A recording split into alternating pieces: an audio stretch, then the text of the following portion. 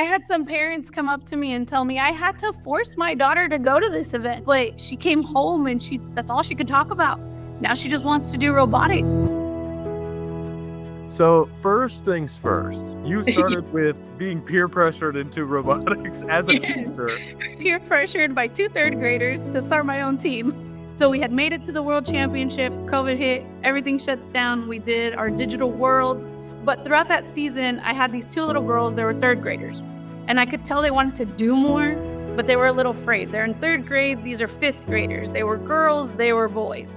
So finally, they come up to me and they said, we want to start an all-girls team where all the girls can do everything. All the girls can drive, all the girls can build, all the girls can program. And then I told them, well, I don't really know much about robotics. I don't know about building. I don't know about programming. I don't know about any of that stuff. So they were like, well, we can learn together. And how was I going to deny two little third graders telling me we can learn all of this together? Starting with we're scared to turn around and be so brave and say we want to start our own team. That's a leadership skill in third graders.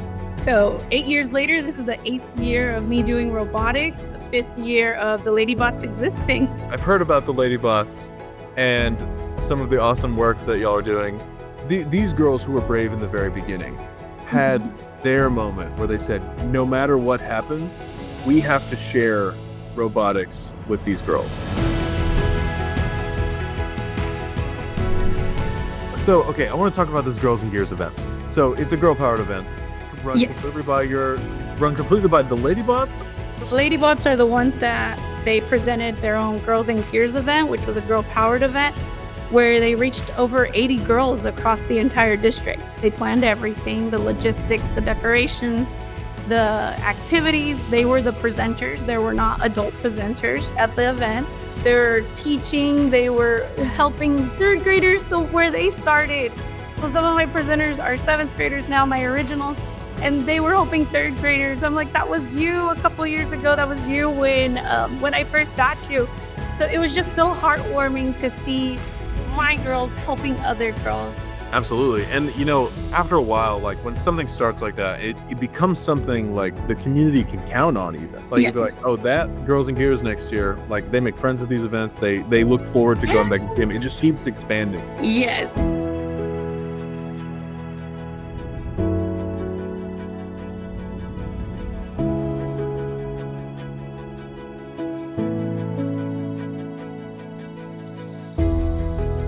Why do you think it's important that something like Girl Powered exists? My very first world championship, I took the girls that were on the team to a girl powered event. And ever since then, my life changed. These initiatives just empower these girls to focus in on activities that they normally wouldn't be a part of. These 4 girls, they didn't realize they wanted to do robotics. They didn't know they were gonna like robotics. Now I have someone wanting to be a NASA engineer. Now I have somebody that wants to work at Tesla, all because initiatives like Girl Powered exist. It gives girls these opportunities to shine in places where they normally wouldn't. So these initiatives are providing the knowledge that we are underrepresented in communities and we need to go out there and shine. It gives us the support that we need in order to do that as well. Because I wouldn't know where to start with this if it wasn't for the Girl Powered initiative. I wouldn't even have thought of it because I didn't know we were underrepresented either until we started going to these competitions. Can you tell me why you love your job? There's so many reasons to love my job. When I see them jump up, yes, we did it. And then I'm like, what'd you do? And then they go and they tell me all about it. And it's like, yes, we did. This is what robotics can do. It's amazing. I'm telling you, it's not just about building robots. It's not. But the satisfaction and the fulfillment I get in my heart, seeing these kids at the end of it, it's just heartwarming.